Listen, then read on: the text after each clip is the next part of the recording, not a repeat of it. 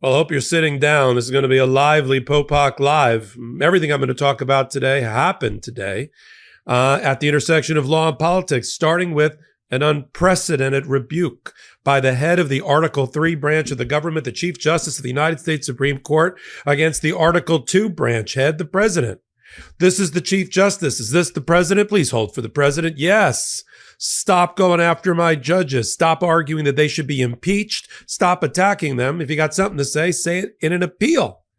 That's my version of what Justice Roberts said today in an extraordinary statement, a public rebuke of the President of the United States. We'll talk about the ramifications of that. And as long as we're staying on just today, we've got a federal judge in Maryland, Judge Chang, who just ruled as I was coming on the air tonight for the live in a preliminary injunction that he has granted, that it is more likely than not that Elon Musk is the leader of DOGE, that the termination of the USAID was unconstitutional, and he ordered certain remedies to happen like yesterday. At the same time, a federal judge today, Judge Alsop in San Francisco, who sits under the Ninth Circuit Court of Appeals, ruled that Donald Trump violated his order by not reinstating probationary workers, tens of thousands of them, but instead hiring them back, but putting them on paid leave. And the judge says that's not the status quo that's required here.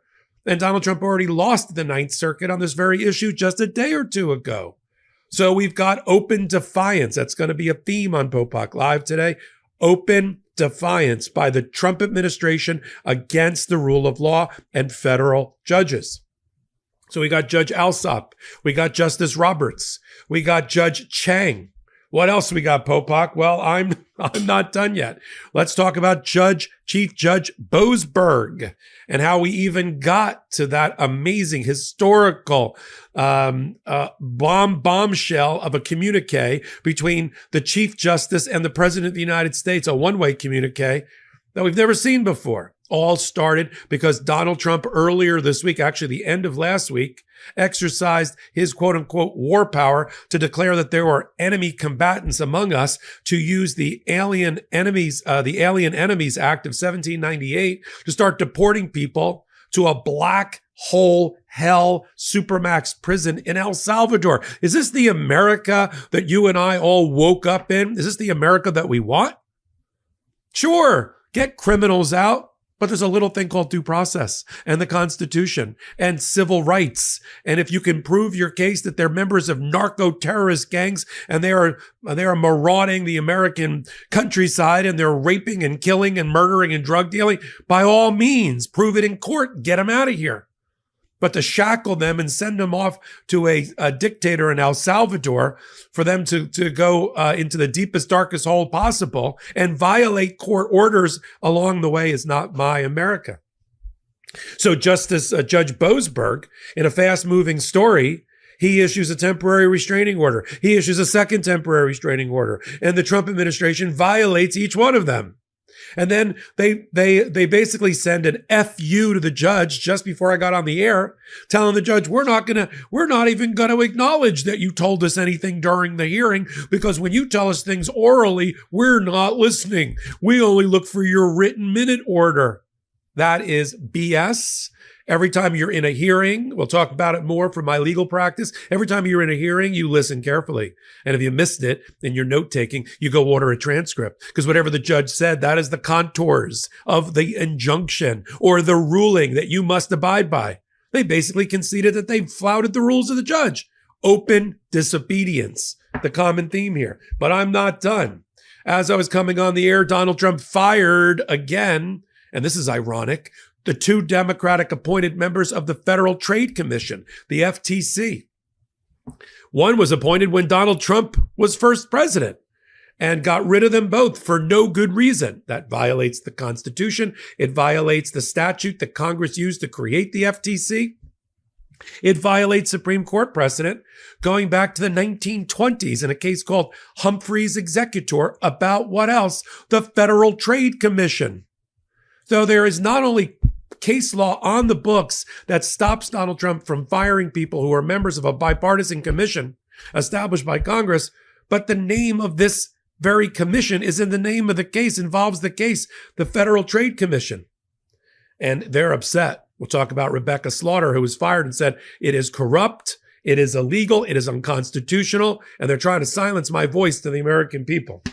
So we've got the FTC firings, which are going to end up, I'll just give a spoiler alert, exactly where the firings of the head of or the chair of the NLRB, the National Labor Relations Board, Gwen Wilcox, she was reinstated by a federal judge. So are these two going to be reinstated by a federal judge. And we're moving towards another constitutional crisis. We are lurching, ladies and gentlemen, from one constitutional crisis and abuse of power to another, minute by minute with this administration. They are openly defying federal judges, except on a rare occasion where they think it doesn't matter. They will abide by federal judges' rules. What am I talking about? We have our first injunction against Donald Trump going after that other aspect of the justice system, lawyers. Donald Trump going after law firms by name in an executive order. And Beryl Howell, the former chief judge of the circuit court, the district court in D.C., putting a stop to it.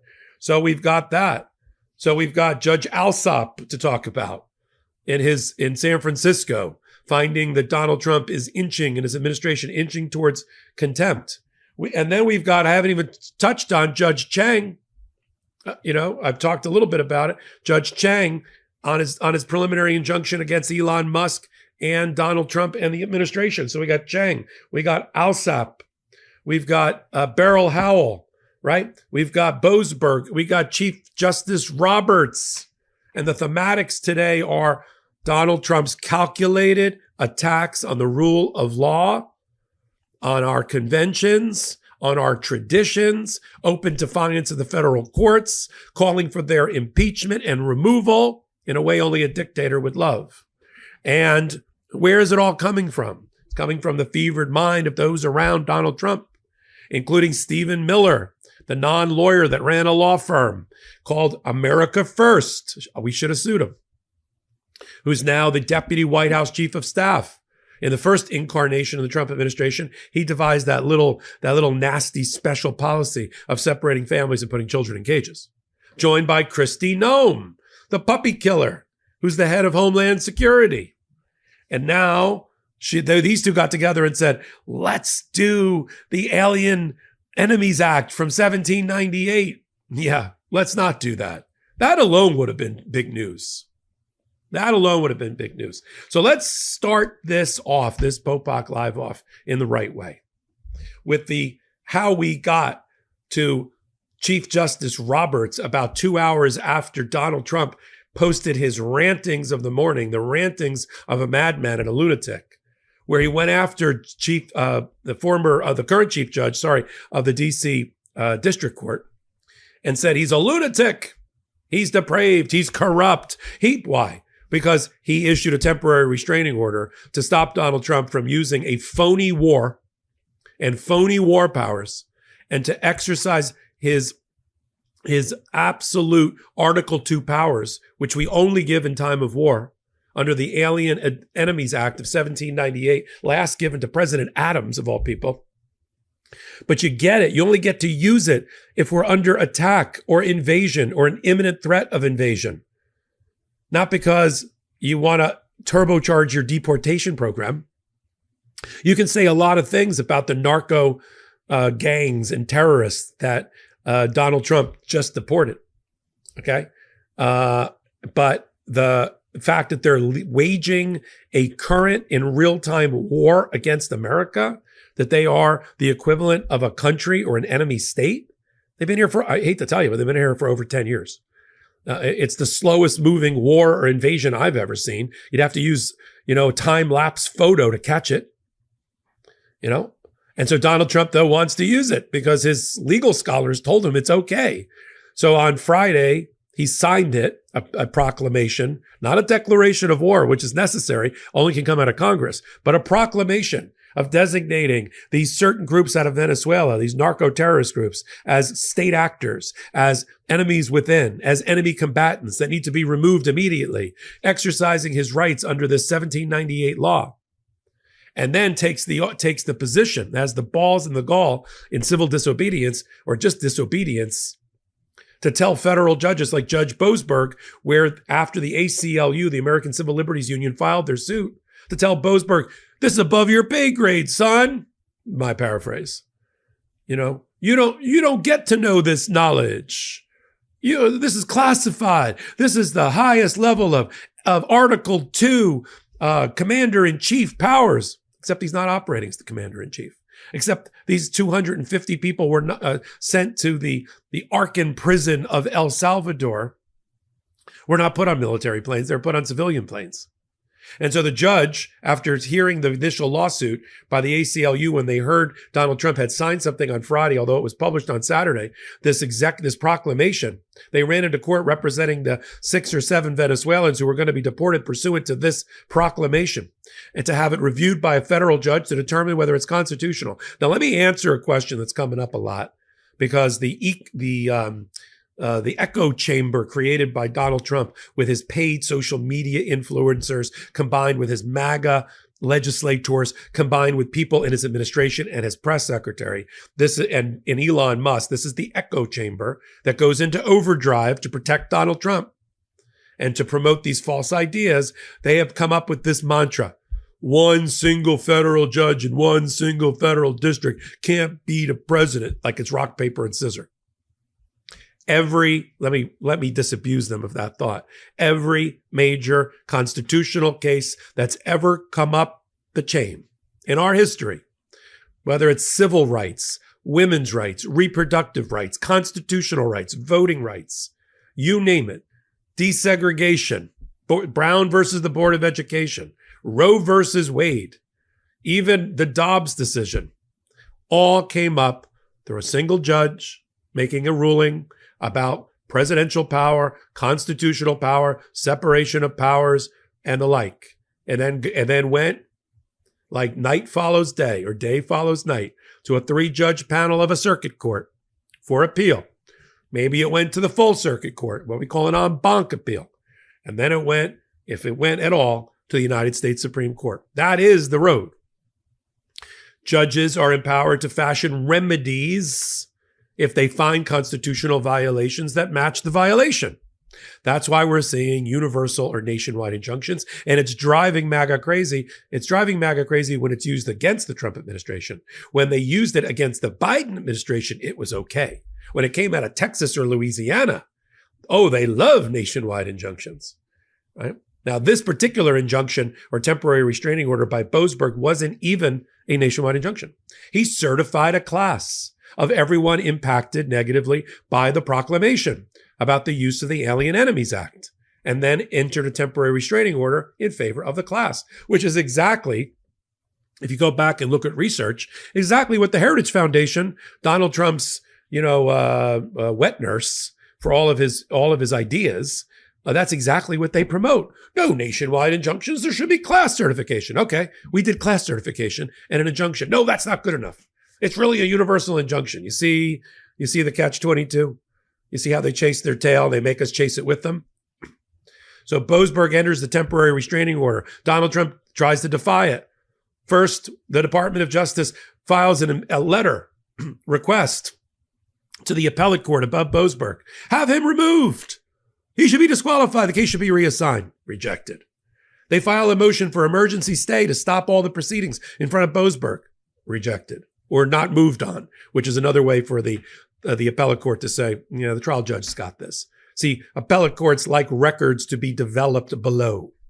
They like facts to be developed below before it comes up on appeal and up to the Supreme Court. And Boasberg already set a fast briefing schedule. All this week, we're watching it. Monday, Tuesday, Wednesday, Friday. I sound like Godfather. Okay? Monday, Wednesday, Friday. Briefings. And then on Friday, he's going to hold a hearing. He was going to do it by Zoom, but now he just announced he's going to have it be live. Public is welcome. We're going to try to get people in the room for that one, I assure you. So that's the substance of the TRO. Donald Trump filed a motion to vacate the TRO or dissolve it. The temporary restraining order, the ACLU will file their paper tomorrow. There'll be a hearing on Friday. Normal course. In the meantime, Donald Trump lost his mind. And the judge figured out he'd been had. Because when he held his hearing, when he held his hearing on Saturday night, this past Saturday night, yes, courts are open on Saturday. in the Trump administration. It's like night court, except without bull, except for the bull coming out of Donald Trump. Sorry, folks. I digress. Saturday night hearing ends at about 6:30 or so. Now, I've been to plenty of federal hearings. I've been to them at night. I've been to them and going at 10 o'clock at night on a Zoom or otherwise. And the judge, when you're there for an injunction hearing, you got to listen carefully because the judge is going to say a lot of things that constitute their order about the parameters and the contours of the injunction. And this judge did, including saying, if the planes have not yet left, turn the planes around. They're now enjoined as of right now. That was at about 6:30, 6:35 Eastern time. About an hour later, he put up a minute order, which is an entry about 2 lines long, 3 lines long on the docket, subject to a future writing, to make it clear that he had granted the injunction. And it's usually for the reasons set forth in the hearing. Yeah, but you are enjoined at the time the judge rules from the bench. There's no law that says oral statements or oral rulings by the judge don't have any weight or merit in injunction world. That's a lie. That's the position of the Trump administration. The Trump administration's position is, well, no planes left at 7:30 after the order hit the books, but we didn't really understand the oral injunction to be binding, so we let planes take off at 6:30. And they just filed a paper before I went on the air where they basically told the judge, after 7:30, Judge, we got it all cleaned up. We only deported people pursuant to something else other than the Alien Enemies Act. And the judge is like, I'm sure he's going to say, well, what happened to 6:30 to 7:30? What happened to the planes that you were moving to defy me? We already had Tom Homan go on Fox News the very same day to say he doesn't care what federal judges say. He only cares what the greatest president in his lifetime has to say about deporting criminals. So you've got a contempt problem and the judge fact-finding around it as the judge allows the briefing schedule on the merits of the temporary restraining order to continue. Not good enough for Donald Trump. Taking a page from Elon Musk, the guy he uses for all of his as a henchman, Donald Trump wakes up this morning and starts a lunatic rant. I mean, this sounds like a broken record about, it's the same thing. Here, let me give you the theme before I give you the rant. This is one single judge in one single district. He wasn't elected to anything. He's not the president of the United States. He doesn't have my mandate. He's crazy. He's a lunatic and he's a criminal. He's corrupt. All right. Those are that's the kitchen magnets. It's like kitchen poetry. He just moves those around, or whoever writes we know he doesn't write all social media posts. Whoever writes them uses that. That's the toolbox they use. So that's what came out. Jeb Boasberg is a lunatic. He's corrupt. He needs to be impeached. He wasn't elected to anything. I have the power. I won the mandate. I won the counties. I won the 7 swing states. He didn't. Who's he? Who's he? He's the guy the person that represents the Article 3 power of the federal courts and the judiciary in their attempts to do the checks and balance required by our Constitution. That's who he is. It is the friction, as Justice Louis Brandeis back in the 1920s once said. It is that friction between the plates, between the moving plates of the 3 co-equal branches of government, the judiciary, the executive branch, and the legislative branch. It is that friction that is the check and balance. We don't want free spinning wheels of autocracy. Yeah. And so Donald Trump went too far. And you could tell they miscalculated. In Trump world, in Trumplandia, where they're just not that bright. You've got a series. Let's look at the lawyers around him. Then I'll tell you what happened next with Chief Justice Roberts. The lawyers around him are lawyers who got fired from their law firms, had to go solo to represent Donald Trump, won his criminal matters because he got reelected or got elected, and then got rewarded with top jobs in the Department of Justice that they don't deserve. Pam Bondi, former impeachment lawyer for Donald Trump. Top 2 other lawyers, Todd Blanche and Emil Bove, whatever his name is, criminal defense lawyers for Donald Trump. And Alina Habba is a White House counselor. And Stephen Miller is not a lawyer. So they all get together. This great law firm. This is the dream team. This is not. And they tell him he can do whatever he wants. because of the way they misread or read. They get filter from the Heritage Foundation, I'm sure, and from Project 2025 architects, tell them what to do. And then he starts, but they miscalculated about John Roberts. Now, you may remember 2 weeks ago, Donald Trump, and I think he's going to rue the day that he did this. He couldn't help himself because he's a glad hander. He's a celebrity showman. He's P.T. Barnum. He's Lyndon Johnson, but corrupt. And he starts to, give it like a fist bump or a little belly pat to Chief Justice Roberts at the joint session speech. Later see Roberts' face? It looked like he ate a bad oyster. And Amy Cody Barrett looked like she smelled a full diaper when he came into the room. And later that day, they issued a ruling against Donald Trump, forcing him and his administration to pay $2 billion on USAID debt. So Roberts, after this lunatic rant comes out in the morning, 3 hours later, he issues a statement. You can count on almost no fingers how many times a Supreme Court justice, outside the course of a decision that they're making, stepped out of the hermetically sealed ivory tower to rebuke the leader of another branch. Like never. Like Roberts is so squeamish about all the political stuff that he refused to preside over the impeachment hearing of Donald Trump, even though the Constitution says he needs to, when he was impeached for Jan 6 because he was no longer president.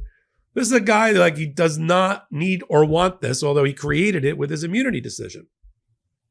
And so Chief Justice Roberts came out with his rebuke of Donald Trump and told him out loud that for 2 centuries, if you don't like the rulings of a federal judge, then you appeal, but you don't ask and call for the impeachment of someone.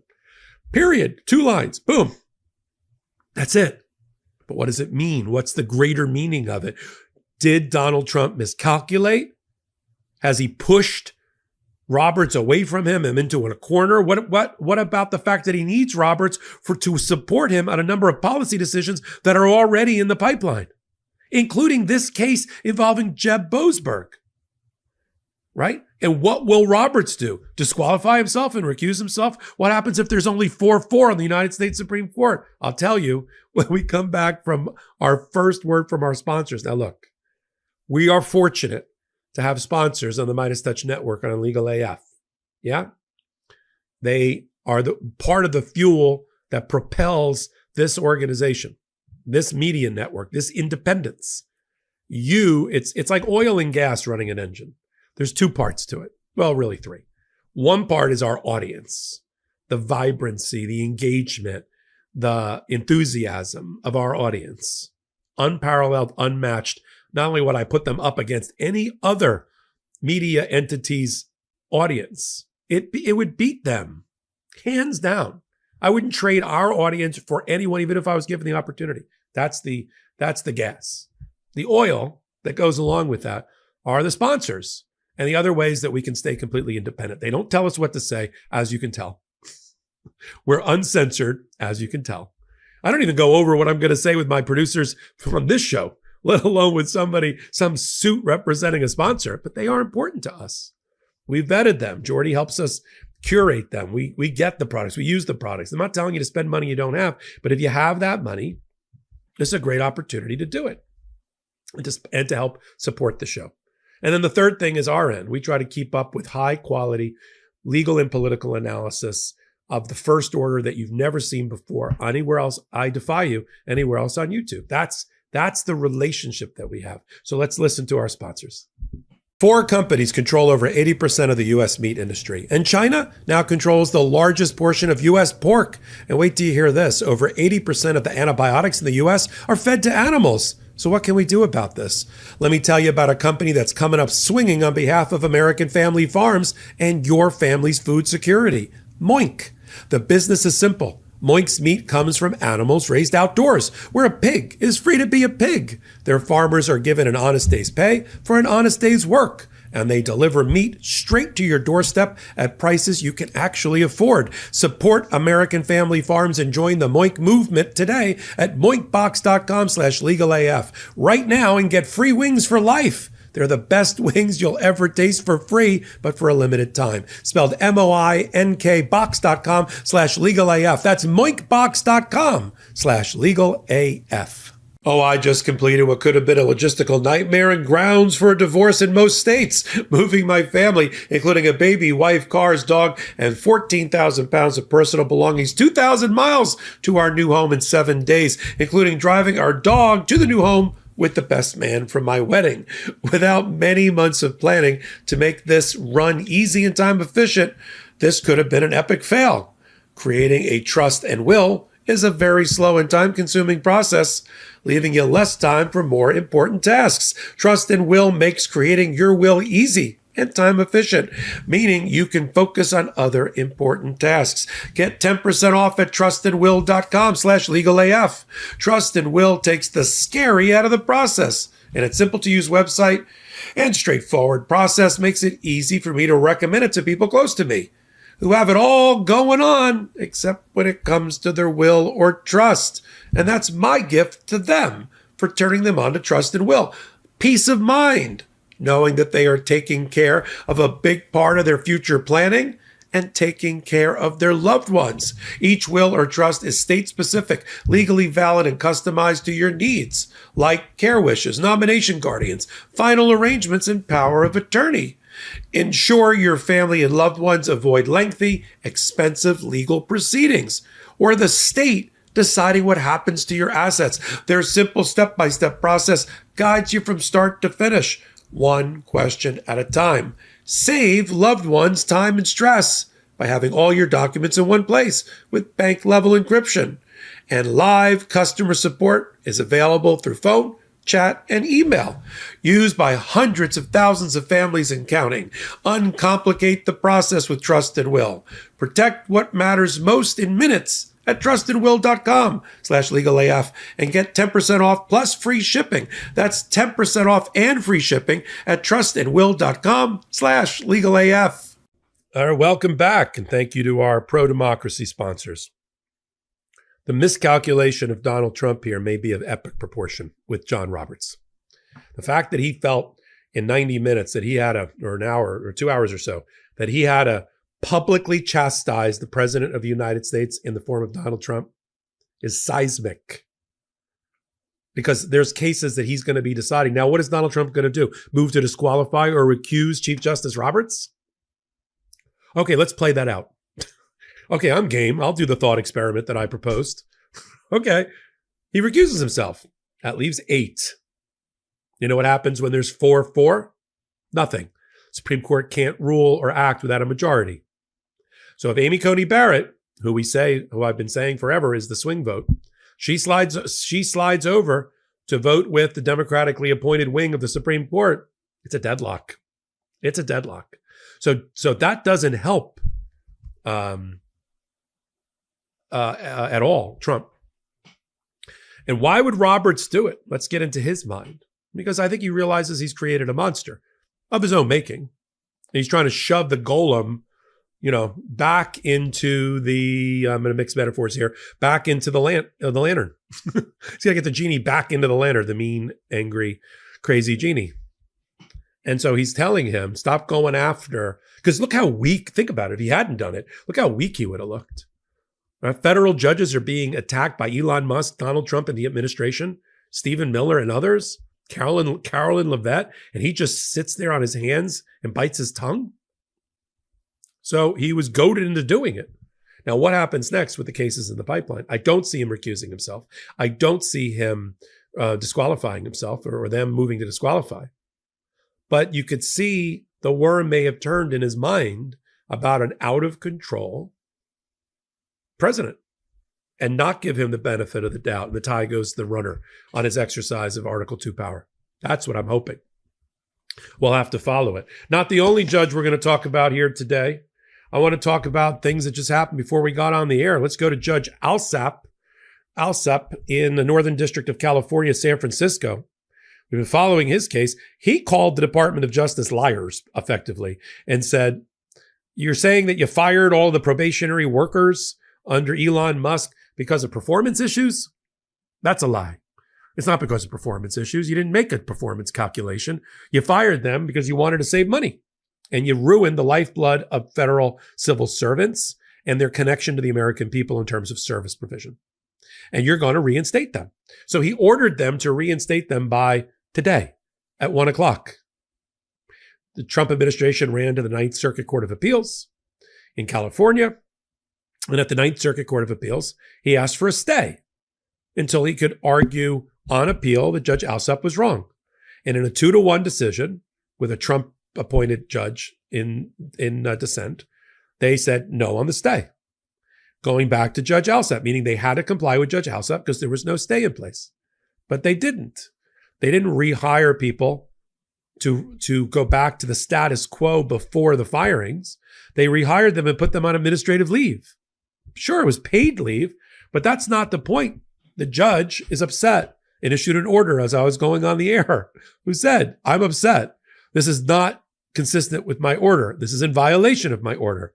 It's not just paying them. It's making sure that service is being provided to the American people. Because Donald Trump's just trying to break the umbilical cord between the American people and its government, right? Break the accountability chain. And so now the judge is going to have to find out what to do next with open defiance. We have a series of open defiance matters. In the last week, there's been at least 3 or 4 different times when the Department of Justice has either lied or not told the truth to a federal judge and been caught, required to do and submit affidavits and other sworn testimony of Elon Musk, and or are in open contempt and violation and disobedience of court orders. Not every court order, because in some they're still playing by the rules, but in a lot, more than I've ever seen in my lifetime. More than's probably ever happened in our history. And we're only 60 plus days into the Trump administration.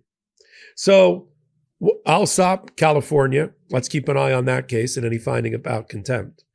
Then you had, this was like back to back to back to back, boom, boom, boom, boom, boom, all Tuesday Live with Popok. Thank you for providing me the content that I needed. Then you got Judge Chang in Maryland, who's handling another DOGE case concerning USAID. Yeah. And it's that USAID case where this isn't even the USAID case that Judge Ali in DC ordered the $2 billion paid that were owed for services rendered and goods provided by USAID. And that's when, Roberts and Amy Coney Barrett jumped off sides in MAGA world and joined the liberals and ordered Donald Trump to pay it. Not that case. This is another case involving Elon Musk, DOGE, and USAID. And that judge has just ruled that Elon Musk effectively runs DOGE. Boy, we've known that before. Rejecting the administration argument that he can just put somebody in a special advisor counselor position and avoid all these constitutional mandates. The judge said, that's not happening. And then he basically is trying in real time to reassemble USAID, having employees get their emails back, getting payment systems turned back on by court order. Yeah. And finding that they disobeyed him in the past, another act of disobedience. That's Judge Chung in Maryland today. Judge Alsop, San Francisco, today. And Judge Boasberg and the rebuke of Chief Justice Roberts of President Trump today. Now let's move on to the Federal Trade Commission firings. The Federal Trade Commission is a quasi-judicial body that is in charge of antitrust law application and things related to trade and trade regulation. It was created by Congress in the 1920s, a few months after the Supreme Court ruled in a case called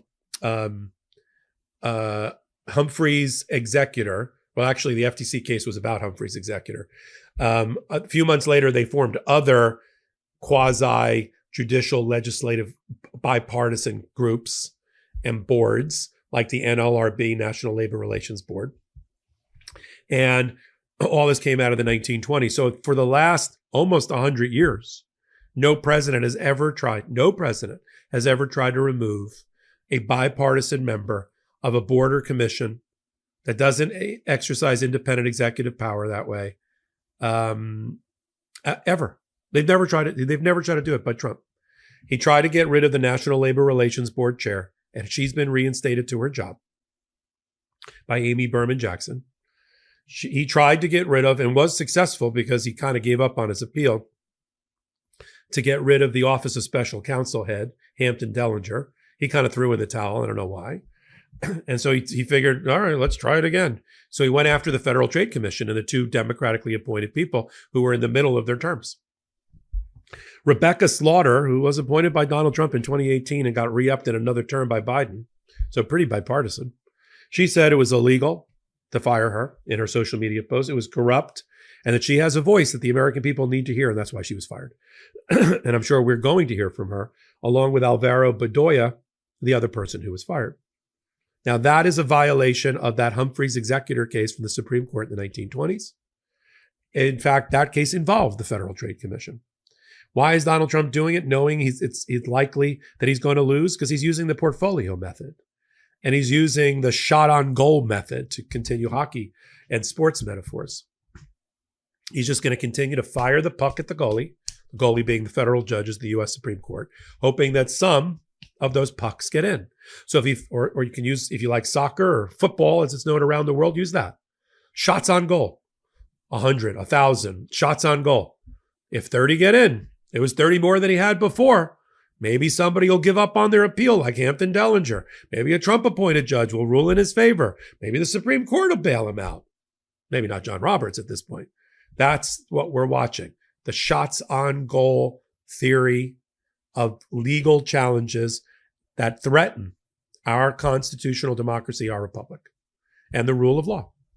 But who else would implement this but the devious felon in chief? We've never had a felon as president before. And now you know why. Because you see, his natural instincts are felonious. His natural instincts are criminal. His natural instincts in judgment are depraved.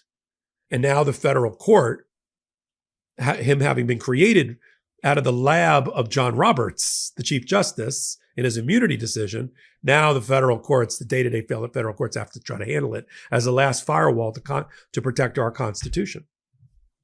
And that's why we're seeing, and we're also seeing this calculation of, we're not going to defy all the orders and all the judges, but we're going to defy a lot of them, especially if it even smacks of foreign policy or war powers, even though there's a phony war. It's a total wag the dog moment with the Alien Enemies Act, right? We're going to do all of that and see what happens. And that's what we're watching.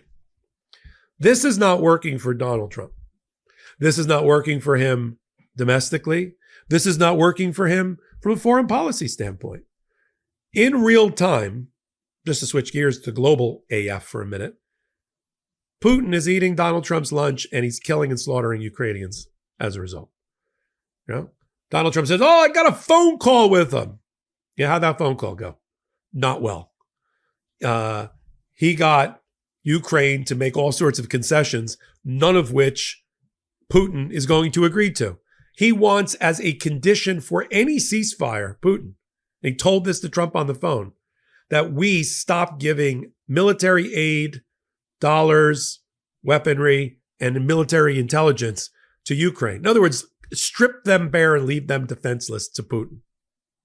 And Donald Trump celebrated it. Great phone call. We're moving towards the contract for peace. Everything's a contract. Everything's a deal. Everything's the art of the deal. He sends his Middle East envoy, Steve Witkoff, a little-known real estate developer. Nobody's ever heard of him. And I worked in New York, okay, until he testified for Donald Trump at the fraud hearing. I was like, I had to look him up. Who's Steve Witkoff? Oh, yeah, he's the guy that got Donald Trump into crypto. He's our emissary negotiating against Putin. Putin, who headed their KGB, okay? Who is toying. We're watching a giant cat and a little mouse who thinks it's a cat being toyed with. And who's suffering? Democracy. Ukrainians. A president who's really at war. Zelensky. Who told the Trump administration, you're getting played. You're getting outplayed. You can't trust the Russians in negotiations. Donald Trump gave us that old version of what George Bush once said. I looked into the soul of Putin and I could see he's a good man. Really? Yeah. Right after last time Donald Trump got involved, they bombed a hotel in the birth home of Zelensky as a payment for it. And they refused to do any type of ceasefire. Donald Trump tried to get some sort of brass ring he could brag about. Will you stop bombing at least the power grid? Maybe I will. Even that wasn't definite. So this isn't working. For those of my friends, and I do have some friends who are Republicans, who thinks Donald Trump, who are getting like special delight over, we sent 200 members of a narco gang to El Salvador, and we use funny emojis, and we use rap music and closing time, as a funny meme. This is not a foreign policy. This is not a coherent domestic policy. And Americans are suffering. The economy is in the tank. And Donald Trump celebrates his poll ratings because they're the highest of the lowest poll ratings he's ever gotten. 60% of America thinks he's doing a terrible job. 60% of America thinks his economic plan is for the dogs. 60% think he's not spending enough time helping everyday Americans. And they celebrate it on Fox News. He hit 40%. Wow, it's the highest he's ever been after 60 days. This is how pathetic they are. The high of his low is lower than any self-respecting president would ever want to be, and 10 points lower than Joe Biden. I'm going to cover the next round of this attack and assault on the rule of law, the attack and the assault on lawyers, when we come back from our next break with our sponsors. I do want to mention one thing. As people now know, it's been 2 months now. I did form a new law firm. It's called the Popok firm. And in conjunction with an amazing group of talented plaintiffs lawyers around the country, we are handling those cases at the intersection of your life and law intersection. I love talking about constitutional issues. I love talking about going after Donald Trump. But that's not how most people interact with the law on a daily basis. It's either family law, unfortunately, elder law related to that, or it's catastrophic injury, something that's turned your world upside down. And for that, I formed the Popok firm. So if you or a loved one or somebody that you know has been involved or unfortunately has been a victim of a catastrophic injury, or somebody in your family or people that you know have died as a result of somebody else's negligence or bad conduct, those are the kind of cases we want to get involved with and bring justice to you. So go to www.thepopokfirm.com, or you can reach out and reach us at 1-877-POPOK-AF. That's 1-877-POPOK-AF. And now, our sponsors. When I married my wife, I got a fantastic cat in my life as her plus one, Chanel, an amazing tortie that I can't get enough of. Our cat is part of our family, plain and simple. So I want her to have the best food money can buy. I didn't realize for years that the cat food we were buying had questionable ingredients. This podcast is sponsored by Smalls. If you're a listener of this show, you know that my cat can't live without Smalls. To get 50% off your first order plus free shipping, head to smalls.com and use our promo code LEGALAF. Smalls cat food is protein-packed recipes made with preservative-free ingredients you'd find in your fridge. And it's delivered right to your door. That's why Cats.com named Smalls their best overall cat food. My cat Chanel prefers Smalls way more than her previous cat food. I legitimately did a taste test. No, not me, but with the cat. I put two bowls side by side, and she immediately went to Smalls.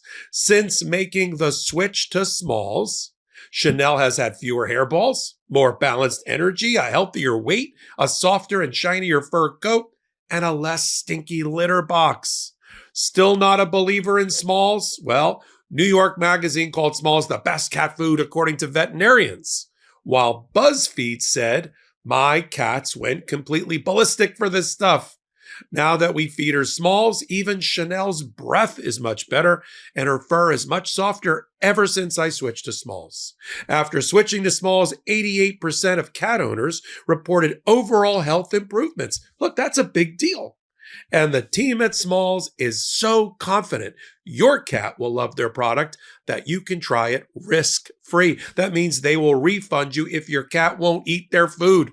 What are you waiting for? Give your cat the food they deserve. Head to smalls.com and use promo code LegalAF at checkout for 50% off your first order plus free shipping. That's the best offer you'll find, but you have to use my code LegalAF for 50% off your first order. One last time, that's promo code LegalAF for 50% off your first order plus free shipping. This episode of Legal AF is brought to you by Graza. It's my new favorite olive oil. It's fresh, it's never blended, and it comes from a single type of olive, the Piquillol, straight out of high-end Spain, where over half the world's olive oil is produced. Why Graza? It uses only one olive from one region. No mysterious blends. That means a traceable, fresher product without mixing in any lower grade or unknown oils. No more messy tins or drippy spouts. Just aim, squeeze, and go. They have Frizzle, the newest, with a higher 490-degree Fahrenheit smoke point, perfect for frying, crisping, or grilling. Sizzle at 410 degrees Fahrenheit, an everyday cooking oil for roasting, marinating, and sautéing. And Drizzle, a bold, punchy finishing oil you can sprinkle on salads, dip bread in, or even top off ice cream. Now, my wife, who lived and studied in Italy for a number of years, makes me want to cook more Italian. But I know my margin of error is small, so I love using Graza to make her favorite rigatoni amatriciana and have her look at me like I just ordered in from her favorite Roman trattoria. For a limited time, you get 10% off your first order on Graza's site, but I personally suggest grabbing the trio. That's all three squeezy bottles: Sizzle, Frizzle, and Drizzle. So you're set for every style of cooking. So head to graza.co, and use LegalAF to get 10% off of the trio, which includes Sizzle, Frizzle, and Drizzle, and get to cooking your next chef-quality meal. All right, welcome back. Let's finish up Popok Live with the perfect judge for the perfect moment at the perfect intersection of law and politics, Judge Beryl Howell. Formerly the chief judge, took over, or she was the predecessor to Judge Jeff Boasberg, the judge we were talking about during the Alien Enemies Act. She is the judge that's been assigned the case that was brought by the law firm that was attacked viciously in a defamatory way to try to destroy them, a 2,500-person law firm out in Washington State called Perkins Coie. Perkins Coie used to have a couple of partners in it. One of them was prosecuted by Donald Trump's special counsel, and he was acquitted. And another one is Mark Elias. They left that firm. But Donald Trump has been grinding his axe to take out Perkins Coie if he ever got back into office. This is the enemies list. That's all we're watching. This is were you naughty or nice? This is bad Santa. And to Donald Trump, Perkins Coie was naughty because they represented Hillary Clinton. They represented the Democratic National Committee back in 2016. They tried to get some dirt on Trump and his collusion with the Russians. They were one of the people that helped bring forward the Steele dossier, which has roundly been discredited, against Donald Trump. And he sued them in civil court in Miami a couple of years ago with Alina Habba, and he lost. The case was dismissed. He was sanctioned $1 million, and the judge found that the case against Hillary Clinton, the Democratic National Committee, and the law firm was all a political screed masquerading as a lawsuit. But that wasn't good enough for Donald Trump. So he had Bill Barr appoint John Durham special counsel, like Jack Smith, but for Trump. And they went after the law firm, and the jury acquitted them. Acquitted the main lawyers there. But now Donald Trump's president. So a law firm like that has a lot of government contracts where they represent government agencies and provide them as governmental lawyers, outside governmental lawyers, advice and counsel, and get paid big dollars for it. I agree. I concede. And then they also represent people before the government, and they need security clearance in order to look at some of these top secret documents. So what did Donald Trump do? He issued an executive order going after Perkins Coie by name and declaring them an enemy of the people effectively, and that they're dishonest, and that they are violating the law, and that they're unconstitutional, and they can't be trusted with our secrets, and they're using diversity, equity, and inclusion in their hiring practices, whatever else he could think of. And he tried to fire them from the government and make them persona non gratis. It got to a point where an emergency lawsuit was filed by the law firm, and it ended up with Judge Beryl Howell. Now, Judge Beryl Howell, you may remember when she was the chief judge, presided over most of the grand juries that eventually indicted Donald Trump. she issued the subpoena that became the search warrant at Mar-a-Lago. She stripped Donald Trump's lawyers of attorney-client privilege along with Donald Trump because she found it was more likely than not that he committed a crime. She presided over the Rudy Giuliani defamation case and hit him with default sanctions, and he got a $158 million judgment against him in the Ruby Freeman and Shay Moss election workers defamation case. She presided over dozens and dozens and dozens of Jan 6th insurrectionist defendant cases, convicted them, sentenced them, and the like. And she was around when Donald Trump pardoned those people. And she's not shy about writing about Donald Trump and his fascist tendencies. And she has spoken about them at speeches as well. So she got the case. And she's determined that it is a violation of the Constitution of the First Amendment with animus for Trump to go after this law firm. And she, by temporary restraining order, after citing to Alice in Wonderland, telling Donald Trump and his administration, you don't get to be the Queen of Hearts. You don't get to, just because you don't like the person or they displease you, say off with their head, ha ha ha. She wrote that. She actually said that in court. And she instead, in her injunction, she ruled that you are to reinstate Perkins Coie. You are not to fire their contracts. You are not to tear up their contracts. And if you want to do their security clearance, then you got to do a legitimate security clearance evaluation. So she left that part alone, but put them back in the game. Look, this is a 2,500 paycheck law firm. Going after them, that's a lot of people that are going to be put out on the street because something that happened with two partners that are no longer there 10 years ago. And it's a violation of It's a viewpoint discrimination under the First Amendment because you don't like what they're saying or you don't like the clients they're representing. Look, I took an oath as an officer of the court, right? My professional ethics to zealously advocate for my clients' interests, even those that are unpopular, even those that are notorious if I'm in the criminal world. So they have a lawyer on the other side of that asymmetrical power that the prosecutors have. In our system of adversarial justice. It's the adversarial system that we believe in conjunction with juries and judges that creates justice, justice being blind. But that doesn't mean you go in blind. You're entitled to a lawyer. And a lawyer who takes an oath to defend the Constitution as an officer of the court at the highest ethical standards should not be penalized for taking clients or advocating on behalf of those clients. Just like Williams and Connolly, another law firm that Donald Trump went after by name. Their crime, they represented Jack Smith when he needed representation. This is not the world that you and I want to wake up in. This does not reflect our values. This does not reflect American values, American patriotism, or anything that used to be a part of our DNA. It's been hijacked by Donald Trump and by MAGA. And this open defiance of federal courts is not only makes my skin crawl, it's embarrassing. It's the language and the vocabulary of dictators. In fact, you've got the dictator of El Salvador, Bukele, who's egging on Donald Trump in social media posts, telling him to attack the federal judiciary, just like he did. When El Salvador is telling an American president how to run a democracy, you know we're in trouble. Yeah? Do it. I did it. That's what Bukele did. He got rid of his enemies on the Supreme Court. I don't know about literally. He did take them out. He moves for impeachment. All the things that Justice Roberts told Donald Trump, back off, pump the brakes. That's not our country. As Elon Musk calls for impeachment too. Now let me end this Popok Live with two concepts that come up a lot in the questions that are asked. Firstly, what does it take to impeach a federal judge? And secondly, what if the U.S. Marshal Service and law enforcement don't listen to a judge who finds somebody in contempt, like the Trump administration, and they don't arrest because Pam Bondi told them to step down? Because all of the security personnel, if you will, like the marshals, are under the executive branch. What happens then? Okay, let's start with the first thought experiment. What happens on impeachment? Same as a president. You need 2/3 of the House to impeach. Let me rephrase that. You need a majority to impeach. You need 2/3 of the Senate to convict. Okay. So that's why it's not happening.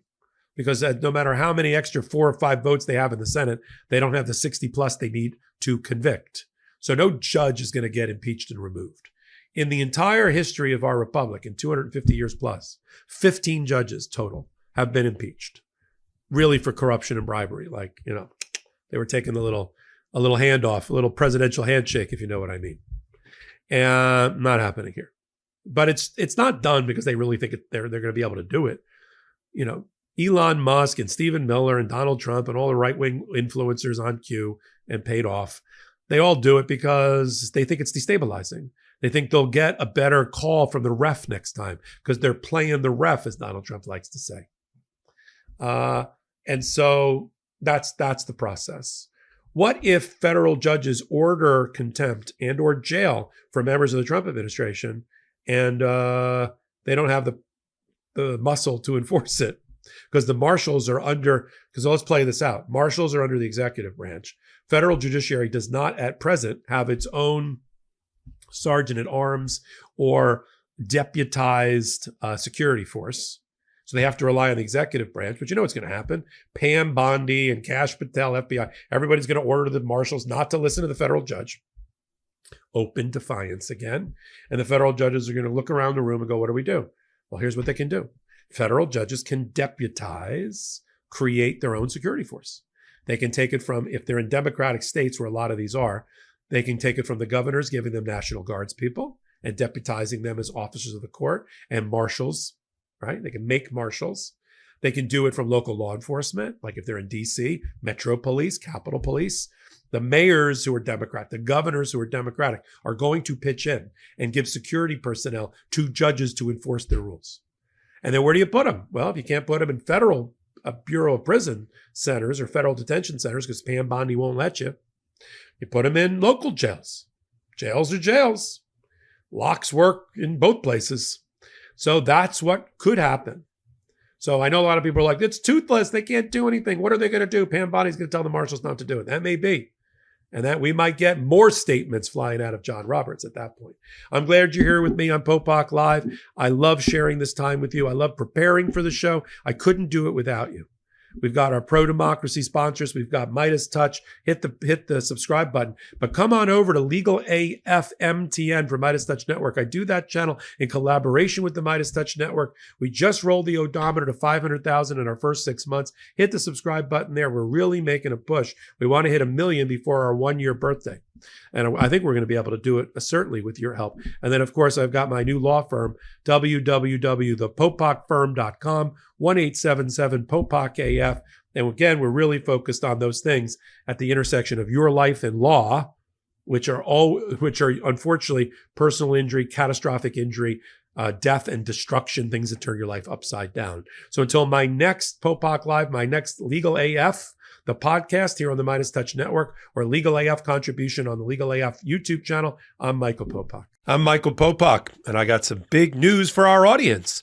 Most of you know me as the co-founder of Midas Touch's Legal AF and the Legal AF YouTube channel, or as a 35-year national trial lawyer. Now, building on what we started together on Legal AF, I've launched a new law firm, the Popok Firm, dedicated to obtaining justice through compassionate and zealous legal representation. At the Popok Firm, we are focused on obtaining justice for those who have been injured or damaged by a life-altering event by securing the highest dollar recoveries. I've been tirelessly fighting for justice for the last 35 years, so my own law firm organically building on my Legal AF work just feels right. And I've handpicked a team of top-tier trial fighters and settlement experts throughout all 50 states known as big auto injury attorneys who have the know-how to beat heartless insurance companies, corporations, government entities, and their attorneys. Big Auto's attorneys working with my firm are rock stars in their respective states and collectively responsible for billions of dollars in recoveries. So if you or a loved one have been on the wrong side of a catastrophic auto, motor vehicle, rideshare, or truck accident, suffered a personal injury, or been the victim of medical malpractice, employment harassment or discrimination, or suffered a violation of your civil and constitutional rights, then contact the Popok Firm today at 1-877-POPOK-AF or by visiting my website at www.thepopokfirm.com and fill out a free case evaluation form. And if we determine that you have a case and you sign with us, we don't get paid unless you do. The Popok Firm, fighting for your justice